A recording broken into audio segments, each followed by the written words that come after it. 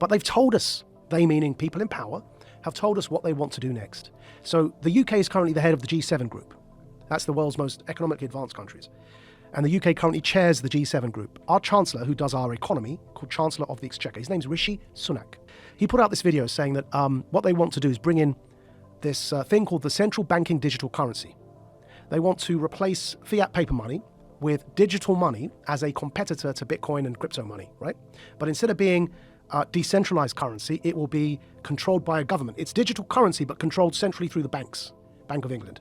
So instead of having a bank account with whatever, HSBC or Bank of America, you'll have a bank account directly with, in the American context, with the Fed. In the UK, directly with the Bank of England. You have a personal bank account, and you're given digital money in that bank account. These are called central banking digital currencies.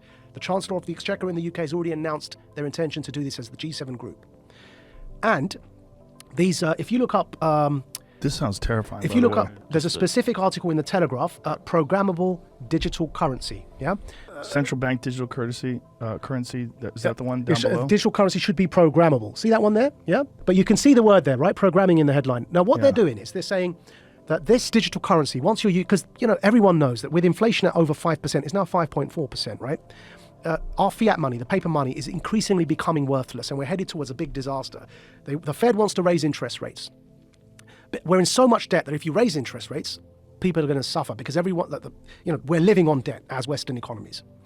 So they realize that this kind of the lifespan of paper money is fast coming to an end because of the 2008 economic crash in particular. So they're bringing in these central banking digital currencies. Why is that word programmable in there?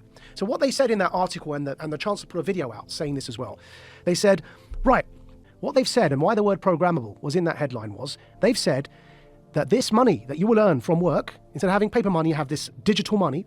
It's programmable so that you can't buy certain foods, or if you do something that your employer doesn't like, it's all in that article. You won't be able to spend your money. In other words, it's not money. They're vouchers. They're like food vouchers. And they can be programmed so that, like the Chinese social credit system, that if you try and use them on a certain thing, it won't work. You say you want to buy a burger and they want you to buy bugs, which is one of the examples used. If you start to try and buy unhealthy meat, just won't work. You tap your card, you can't buy the thing because you've met your quota that month of burgers.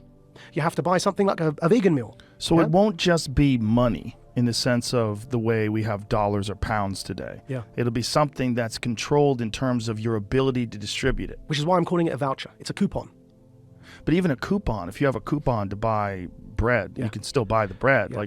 But you can't buy, that coupon to buy bread, what you can't do is buy a burger with that coupon. It's for bread. Right, yeah? Right. So you will have this central banking digital currency. And then what they're talking about in that article that we just pulled up is they'll say, right, and it explicitly uses the words, won't be used on something that the employer deems inappropriate or the state deems inappropriate. Oh, we got to see this. Right. Now, do you feel like you're sounding the alarm yes. for people that don't understand what's going on?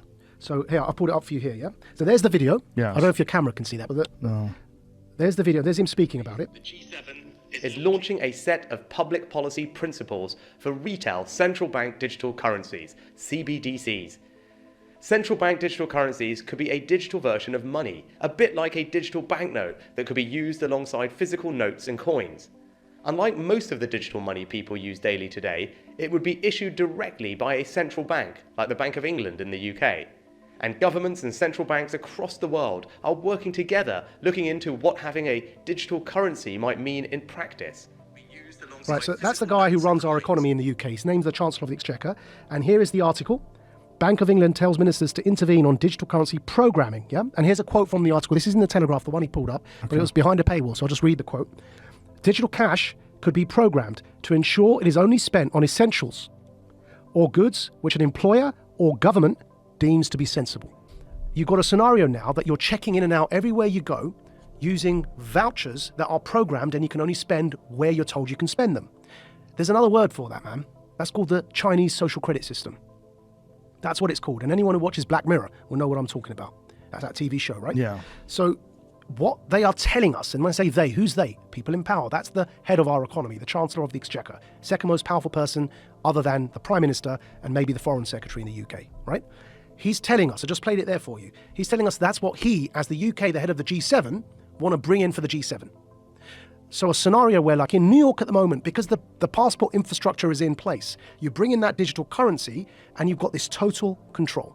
And if I'm speaking to you the way I'm speaking now, and my employer or government, you heard that in the quote directly, yeah, deems me as saying or doing something inappropriate, suddenly I can't actually pay to come here and speak to you anymore. My digital currency won't even pay for the ticket because it will be known that I'm coming to speak to you. Sorry, your vouchers don't allow you to purchase that ticket to go and speak to Joe. And this is where we get into the kind of censorship that we see in social media that is not, it's not, you can't have that kind of censorship with the First Amendment in normal discourse. But you can have that kind of censorship if you've developed a digital platform that distributes information, but it's a private company. Yeah. So think about what money is, where you can spend it on whatever you want, versus this digital currency, which is essentially controlled in a sense, like you have free speech on Twitter, but you really don't. Because if you go too far or you talk about something that they don't find appropriate, they'll just ban your account. That could be what we're looking at in terms of what we think of as free speech being social media platforms, could be what we think of as your free range ability to buy whatever you want with whatever money that you've earned. What's going on here is, with this central banking digital currency, if you get to that situation where you end up with the Chinese social credit system in the West, why would anyone want to do that, right? I believe we're in a moment of the Gutenberg Press. Go back to when the printing press was invented. Technology disrupts power structures. It always has. Printing and its invention was a new technology. What happened when they invented the printing press? The power structures who up until that point were reading the Bible for you and were telling you that you've got to pay this priest X amount of favors and he'll forgive you your sins. And that became a bribery system, right? Which is what Martin Luther was so upset about when he pinned his thesis to the wall. The printing press disrupted that power dynamic because people could read the Bible for themselves. And they began realizing that the power structures were manipulating what was written to control people. Now, nobody in hindsight is going to argue that printing and its invention is a bad thing for humanity. But at the time, it led to war. It led to the 30 Years' War in Europe. What's today's Gutenberg Press? The internet. Now, what's happening is that the invention of the internet, with the decentralization of information, and in particular here, the decentralization of currency in the form of cryptocurrencies, is disrupting those power hierarchies to have the infrastructure in place that you can have a checkpoint Charlie society, so that when the central banking digital currencies are in place, that infrastructure is already there because people were so scared they voluntarily allowed you to put that in place, so that you can maintain your grip on power, because what's coming around the corner is the decentralization of everything, of media, therefore of narrative. And of course, remember, whoever defines the truth gets to define reality. Decentralization of narrative, decentralization of the economy through crypto. You no longer have the power to define the story and control the money supply. So the powers that be, who are losing that power, need to clamp down. They're clamping down on their own children, because we are people who are born of the West. So it's an internal civil war in a hybrid war context over truth and over information. Centralization versus decentralization. Basically, it's no longer about left or right. It's about up versus down. It's about power versus those who don't have power. Right. See how easy it was to convince everybody initially that the Iraq war was needed, right? Now, you've got a point today where they haven't been able to convince people of their measures that they wanted to bring in when COVID struck, because it was quicker to be able to unpick that narrative due to decentralization. Shows like this that weren't under the traditional yoke of traditional media were able to have certain conversations. Now, that means that it's harder to control the narrative. And so in a situation like that, when you're losing your grip and power, the only option you have left is to clamp down. There's going to be some short-term pain. And what do you mean by that? There'll be another emergency, whether it's war with Russia, which is already being played up, whatever it is, whether it's the crash of the economy because of the fiat and the inflation at 5.4%, at least in the UK, it's 5.4% here. I know it's out of control here as well. If the currency collapses, because we're living on printed money at the moment, it's called quantitative easing. We are literally printing ourselves money to try and pay for our debt. We're just printing more money. That's unsustainable. So we're in this situation where any other crisis could occur. If the food shortages everywhere and people end up rioting, it's a good reason to say, right, we need more power to control this. We need more emergency powers. We need stronger laws. And so you end up in a situation where crises can be manipulated to bring in stronger and stronger authority, when really what's going on is we're in this crossroads in history. So I think you need a new world order, that China has to be part of the process of creating it, and they have to buy in. They have to own it the same way as, let's say, the United States owns the Washington Consensus, the current order.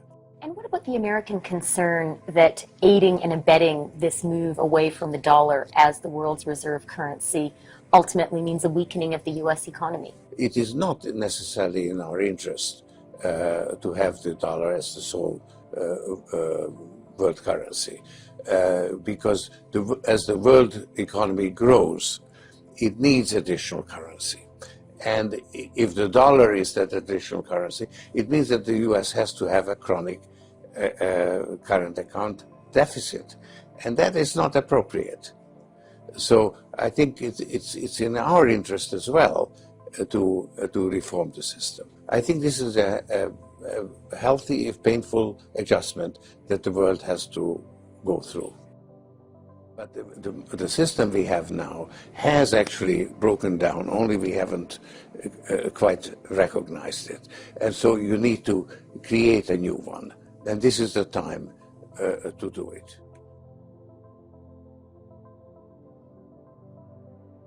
The world has to overcome not only the damage done to our economies and our societies by COVID-19, it also has to confront the repercussions of a dangerous clash between major global powers.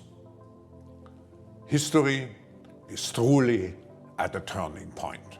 We do not yet know the full extent and the systemic and structural changes which will happen. However, we do know that global energy systems, food systems and supply chains will be deeply affected. In times of crisis, the role of governments is more important and more relevant than ever.